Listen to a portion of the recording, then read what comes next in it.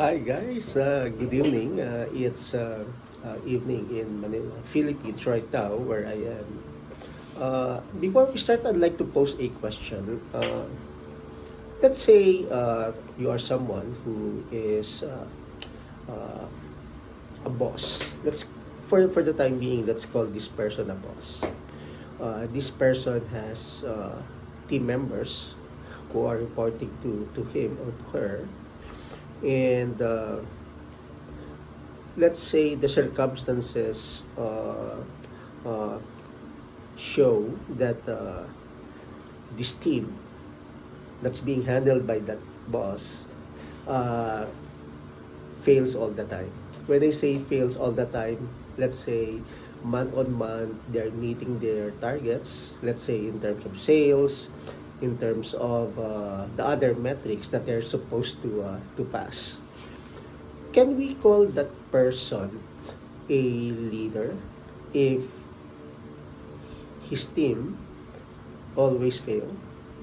Is there is there a leader who has not succeeded in meeting the goals, or is being successful in what you do a prerequisite for you to be called a leader? Think about that. If you answered yes, how about the situation, guys? Let's say you are someone who's fighting for freedom. And over the years that you have been fighting for, let's say, independence, uh, you haven't seen the light, so to speak, until the good Lord has brought you to the other side. Uh, can we not call that person a leader because he was not able to liberate his country from oppressors, right? That situation define him as being a non-leader. So in short, is being successful or is winning a prerequisite for the boss to be called a leader? Probably it can be debatable, right? In my opinion, and based on my years and years of handling teams, being in positions that where I have so much accountability, I would say that one single trait that a leader should have is accountability.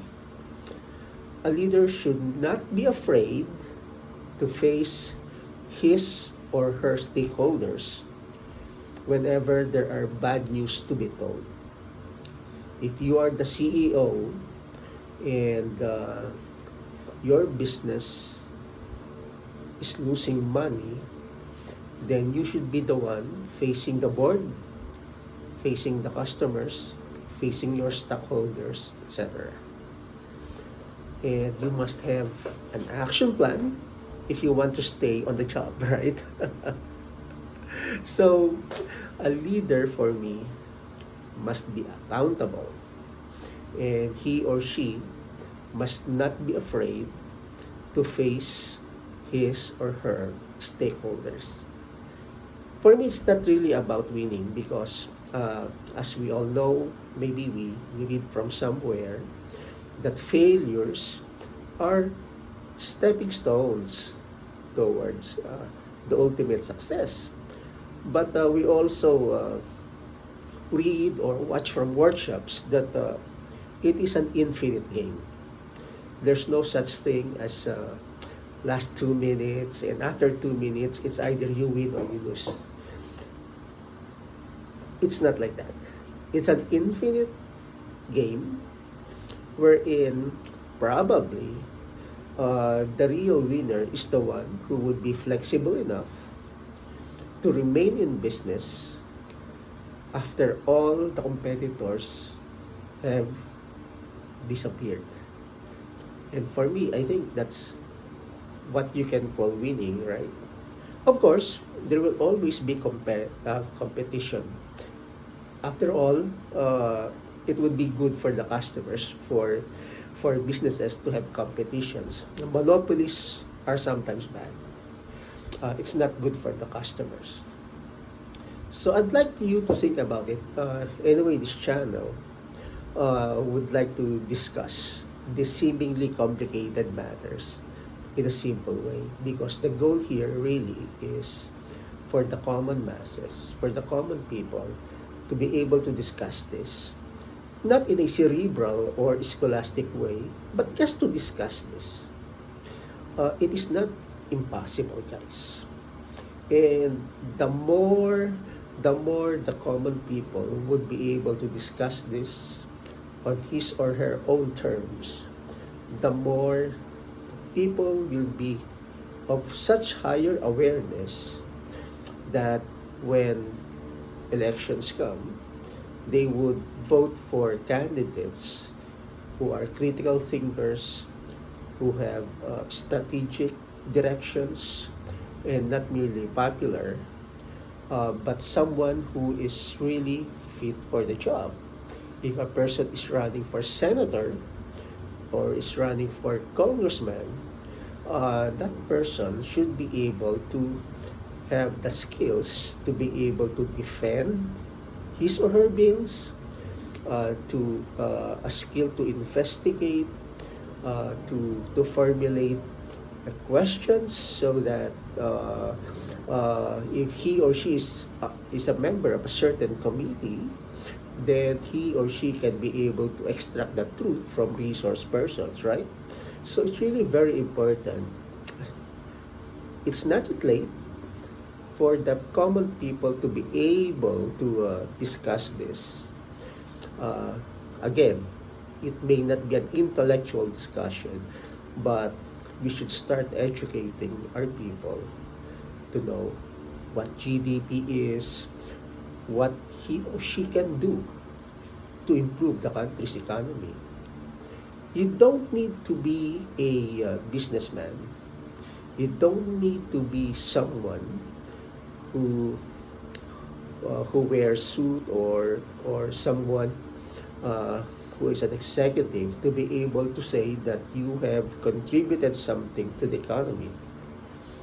You can be a street sweeper, do your job so that the environment will be free from dust, free from pollution, so that we can maintain a healthy community, prevent sickness.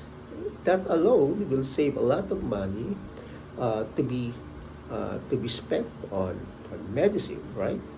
And that alone will save a lot of man hours on absenteeism because of sickness. So whatever your role is, you have an opportunity to contribute to your country's GDP.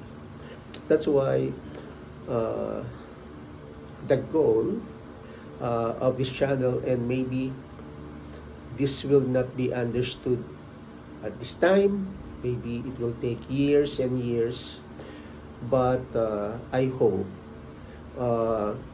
videos like this would be welcomed in the houses of the common man, and I hope people will start to discuss these things again, even if not in that very intellectual level. But the mere fact you are discussing this will only result to improving your awareness, right? So that again, when elections come, you will be able to vote honest to goodness, smartly, and we will have people who are real leaders, leaders who are not afraid, leaders who are agile, leaders who have that mindset of really finding solutions and not merely criticizing fellow politicians, right? So I hope we can start this advocacy of raising the awareness of everyone. I hope we can have that higher level of mindset. Every day I post videos on billionaires mindset. You don't need to wait for something else to have that mindset. You can start it now by rising up early tomorrow morning and doing some physical exercises, thanking God, forgiving people, and that would free up your mind, that would align yourself with God's thinking. Remember the prayer, your will be done, so that things will flow to us. We will attract uh, positive energies to us. And as we do that on a daily basis, you'll feel something different about yourself. You'll start to communicate well. You'll start to be more friendly to people. People will start respecting you more. You will attract businesses probably. You'll get better opportunities at work. And most importantly, you'll be happier.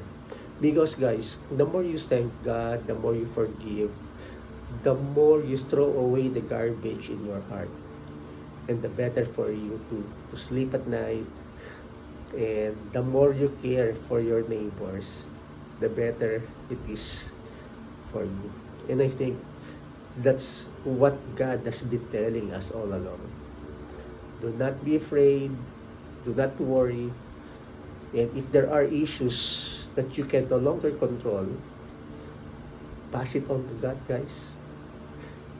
Trust Him. Remember the story of Job. Everything was taken away from him. But he continued to praise God, continued to expect great things. And nobody can be more generous than God. God bless, guys.